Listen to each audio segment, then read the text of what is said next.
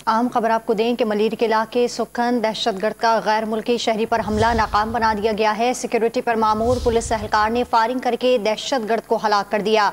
मजीद जानते हैं don news के नुमाइंदे मोहम्मद बिलाल से। मोहम्मद बिलाल, इस वाक़े के हवाले से अपडेट कीजिएगा। देखिए, मलिर सुखन के इलाके में मुबैना दहशतगर्द का गैर मुल्की बाशिंदे पर हमला किया गया। सिक्योरिटी पर मामूर पुलिस एहलकार की फायरिंग से दहशतगर्द हलाक हो गया।